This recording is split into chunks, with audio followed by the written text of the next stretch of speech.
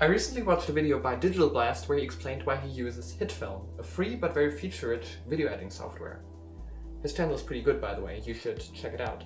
But he said in that video that Adobe programs such as Photoshop or Premiere are obviously not used by small creators because they're so expensive that you would have to use something else first and then upgrade to these programs. But that's where I disagree. Hey, I'm Brian and welcome back to Explained and Talked About. You see, most people I know that use expensive editing software like Premiere Pro, After Effects or Photoshop have never extensively used some other free and less feature-rich program for their work before. Now how could that be? If you're not experienced and don't make any money by working with the software yet, then how are you going to pay the $60 or $20 for students per month for a Creative Cloud subscription? Well, the answer is of course that you don't. You use a pirated copy of the software instead. I quickly want to say that this video is not supposed to encourage you to pirate software. It's illegal and I would never recommend it. I just want to look into why people doing this may not actually be that bad for the companies that develop the software. Oh, and I'll put a poll up there to ask you if you've ever pirated software. And don't worry, this is fortunately anonymous. So let's look a little deeper. First, why do people pirate software before paying for it instead of using something else first? And how can this be beneficial? First, the benefits that people that do this see in first using a pirated version of the software. Obviously, buying software before you even know if you like using it and how to use it is not that great. That's arguably why trials exist. But 30 days is not even close to enough to get to know a complex software like Premiere Pro or After Effects, not even on a basic level.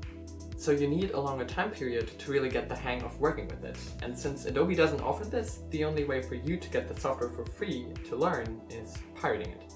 So the benefit for the person that pirates the software is that they can use it without shoving out massive amounts of money while they're still learning it and not making any money from using it. And then later, when they use it for their work, they can start to pay for it. And that's where the benefit for the developers comes in, that this video is also kind of centered around. As a developer, you need people to use your software to make money from it, especially with the subscription-based model like Adobe's. But how are you going to pull that off if people don't know what your software does? Why should they commit to buy and use it? So people using your software because they can for free can actually be in your best interest. This way the person using the software, if they like it and Creative Cloud is really good, get the hang of it and get deeply involved with that software's ecosystem, to the point where starting to use something else to the same potential would be a lot of work and thus not really an option. And they may also recommend the software to others. So when you're into video editing to the point where you put in the time to learn a complex software like Adobe Premiere Pro or After Effects, the chances are that you're probably also going to be using that software in your later job. And that's when you will have to pay for it.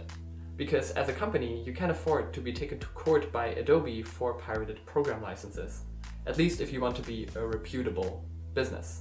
And that's where Adobe makes the most money anyway. Creative Cloud isn't even really aimed at private casuals, it's aimed at the professional market. So getting people to use your software and getting them involved with it to the point where they will use it for their later job is actually a considerable business model, because then you will have more paying customers. And there's of course always the hassle of dragging a case to court. Since there's no real public interest in prosecuting private people for such a small offense, the logistic effort is just too high for the developer for too little of a benefit. With companies, however, there is a public interest in letting them hang for using pirated software in large numbers, though those cases are much more likely to be tracked down. So as you may have noticed, while I don't recommend pirating myself, I can see how it can be useful and view it as an extended trial period.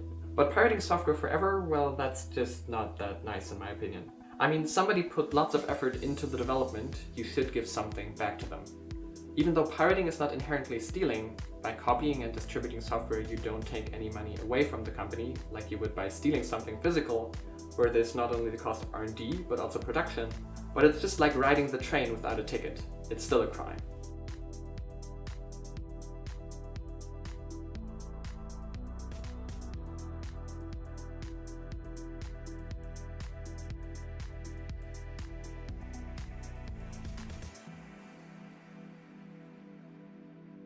Now as always, I hope you liked this video. If you did, press the according button down under it and get subscribed to the channel for more content like this. There are also previous videos in a playlist. I'll also encourage you to click follow on Twitter and visit the website where you'll find the written version of this and other interesting articles. But with that, I want to thank you all for watching, and I'll see you in the next video. Bye!